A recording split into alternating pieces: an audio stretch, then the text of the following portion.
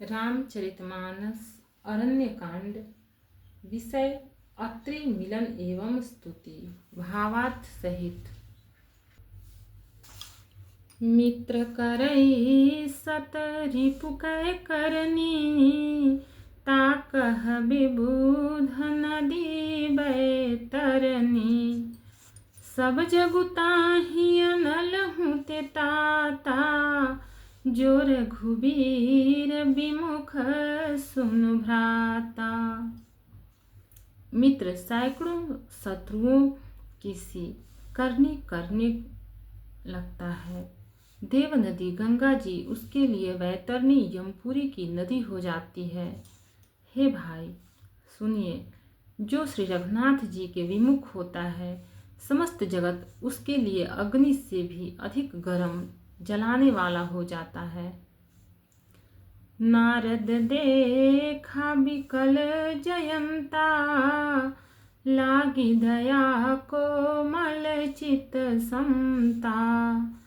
पठवा तुरत राम पहिताहि, कहसी पुकारी प्रणत हित पाहि।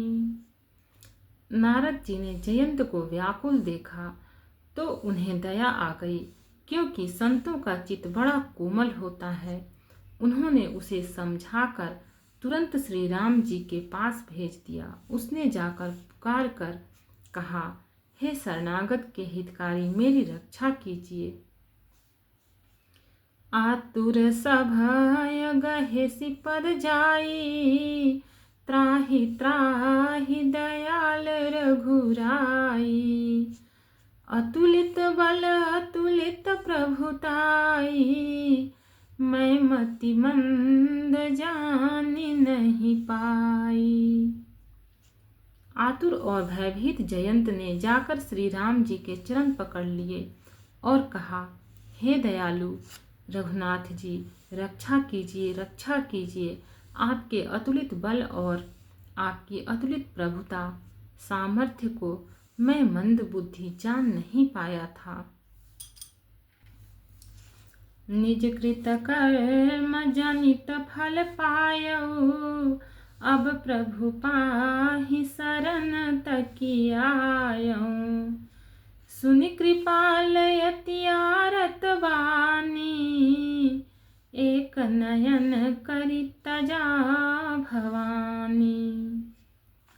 अपने किए हुए कर्म से उत्पन्न हुआ फल मैंने पा लिया। अब हे प्रभु मेरी रक्षा कीजिए, मैं आपकी शरण तक कर आया हूँ। शिव जी कहते हैं, हे पार्वती, कृपालु श्री रघुनाथ जी ने उसकी अत्यंत आर्द्र दुख भरी वाणी सुनकर उसे एक आंख का काना करके छोड़ दिया।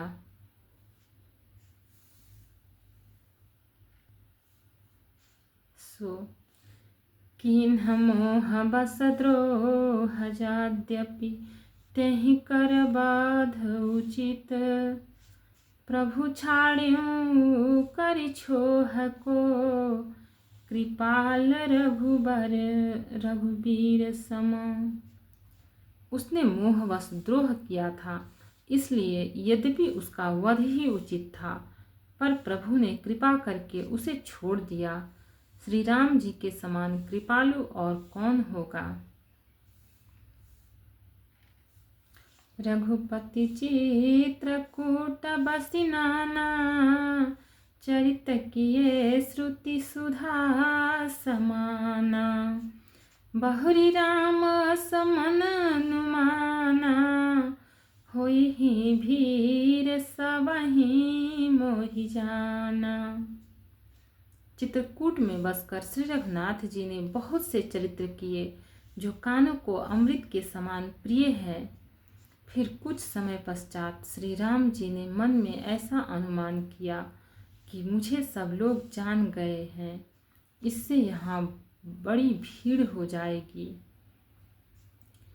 सकल मुनिन सन विदा कराई, सीता सहित चले दो भाई।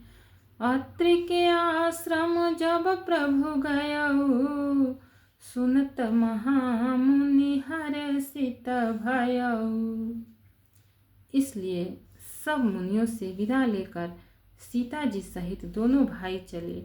जब प्रभु अत्रि जी के आश्रम में गए तो उनका आगमन सुनते ही महामुनि हर्षित हो गए। पुलकित गात अत्रि उठि धाये, देखी राम आतुर चली आए। करत दंडवत मुनि उरलाए, प्रेम बारि दो जनन आए। शरीर पुलकित हो गया। अत्रि जी उठकर दौड़े। उन्हें दौड़े आते देखकर श्री राम जी और भी शीघ्रता से चले आए। दंडवत करते हुए श्री राम जी को उठाकर मुनि ने हृदय से लगा लिया और प्रेमाश्रुओं के जल से दोनों भाइयों को नहला दिया। देखी राम छवि नयन जुड़ाने, सादर निज आश्रम तब आने। करी पूजा कही बचन सुहाए, दिए मूल फल प्रभु मन भाए। श्री राम जी की छवि देखकर मुनि के नेत्र शीतल हो गए। तब वे उनको आदर पूर्वक अपने आश्रम में ले आए। पूजन करके सुंदर वचन कहकर मुनि ने मूल और फल दिए जो प्रभु के मन को बहुत रुचे।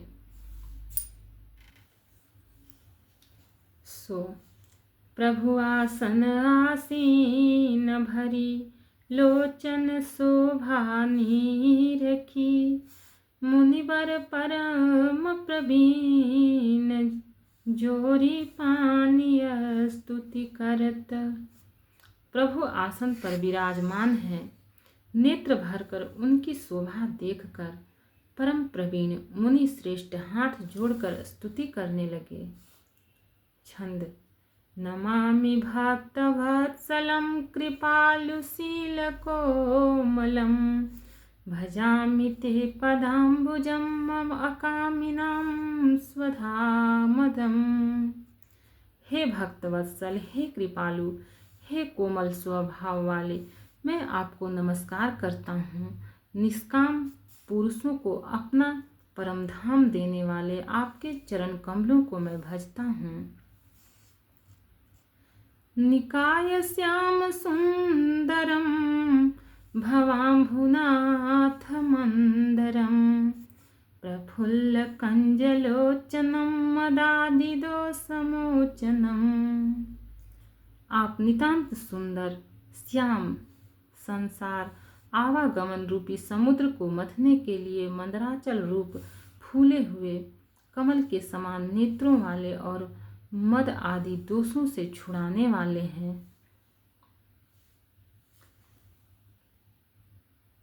प्रलंब बाहु विक्रमं प्रभो, अप्रेम वैभवं। निसंग चाप सायकं, धरम त्रिलोकनायकं।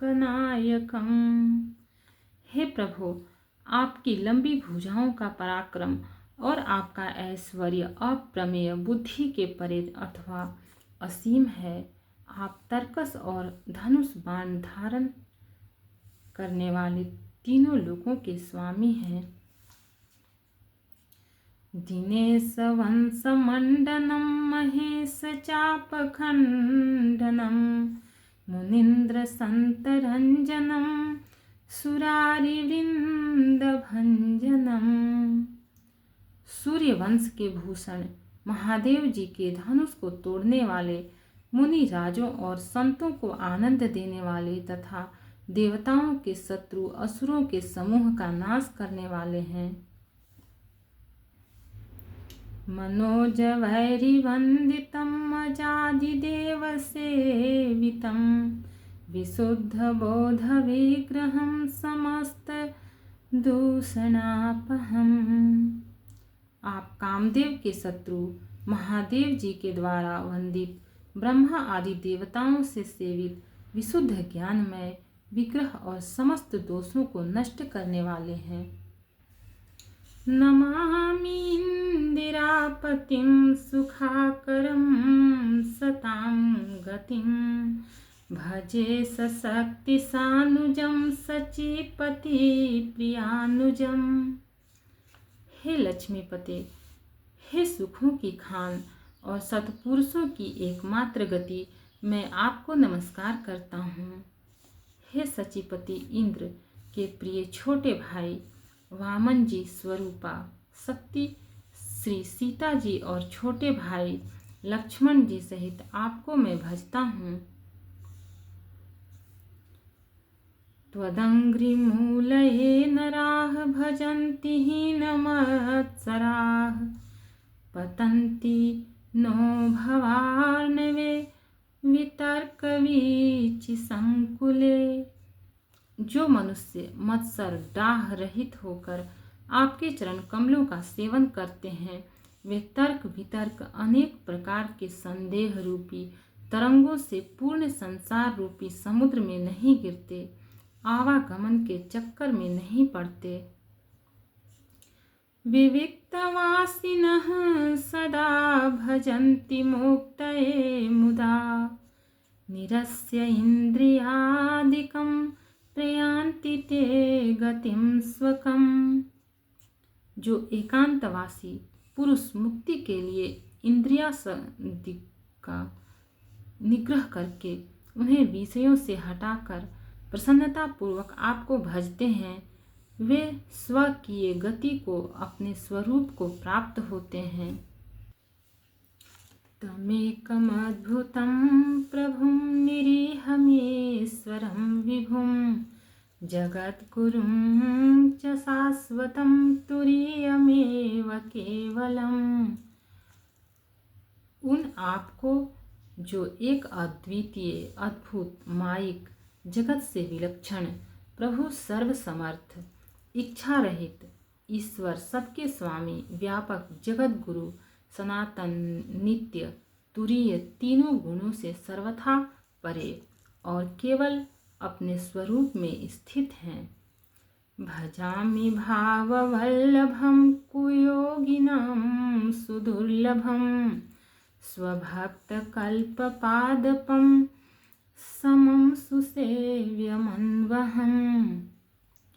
तथा जो भाव प्रिय कुयोगियों विषयी पुरुषों के लिए अत्यंत दुर्लभ, अपने भक्तों के लिए कल्प वृक्ष अर्थात उनकी समस्त कामनाओं को पूर्ण करने वाले सम पक्षपात रहित और सदा सुखपूर्वक सेवन करने योग्य हैं, मैं निरंतर भजता हूँ।